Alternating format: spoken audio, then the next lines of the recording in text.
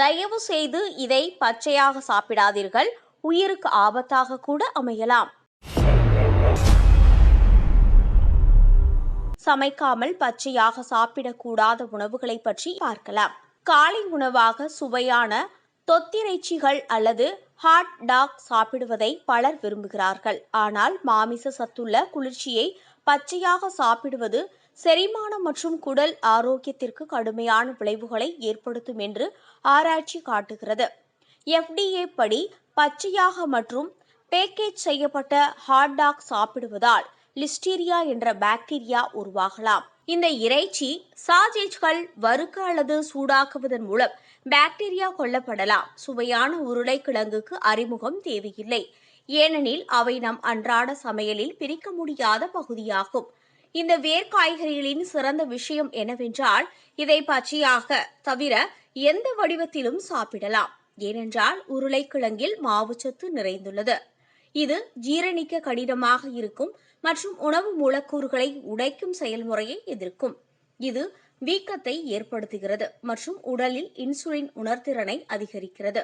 அது மட்டுமல்லாமல் பச்சை நிறமாக மாறும் உருளைக்கிழங்கில் சோலனைன் என்ற நச்சு உள்ளது. இது உணவை விஷமாக மாற்றும். ஆப்பிள் மிகவும் எளிதான மற்றும் சுவையான பழமாகும். உண்மையில் இது பெரும்பாலும் பச்சையான உண்ணப்படுகிறது. ஆனால் நீங்கள் எப்போதாவது தவறுதலாக ஆப்பிள் விதைகளை விழுங்கி இருக்கிறீர்களா? ஆம் எனில் இது உங்களுக்கு பிரச்சனையை ஏற்படுத்தும். ஏனெனில் ஆப்பிள் விதைகளில் ரசாயனங்கள் உள்ளன. அவை பெரும்பாலும் சயனைடாக மாறும். செரிமான செயல்பாட்டின் போது தீங்கு விளைவிக்கும்.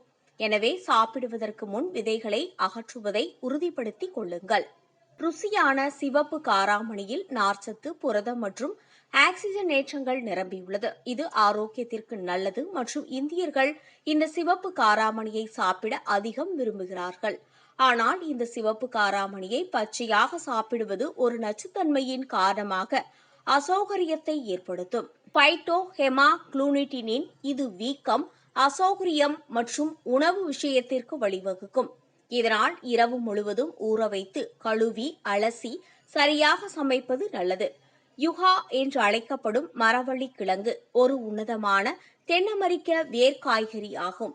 இது இயற்கையாகவே வைட்டமின்கள் மற்றும் தாதுக்கள் நிறைந்துள்ளது. ஆனால் இந்த வேர்க்காய்கறியில் ரசாயனங்கள் உள்ளன.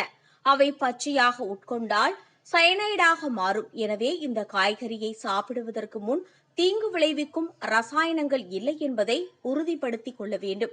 அதனை கழுவி தோல் நீக்கி நன்றாக சமைக்க வேண்டும் என்று அறிவுறுத்தப்படுகிறது. கசப்பான பாதாம் சாப்பிடுவது ஆரோக்கியத்திற்கு ஆபத்தான ரசாயனங்களின் கலவையாகும்.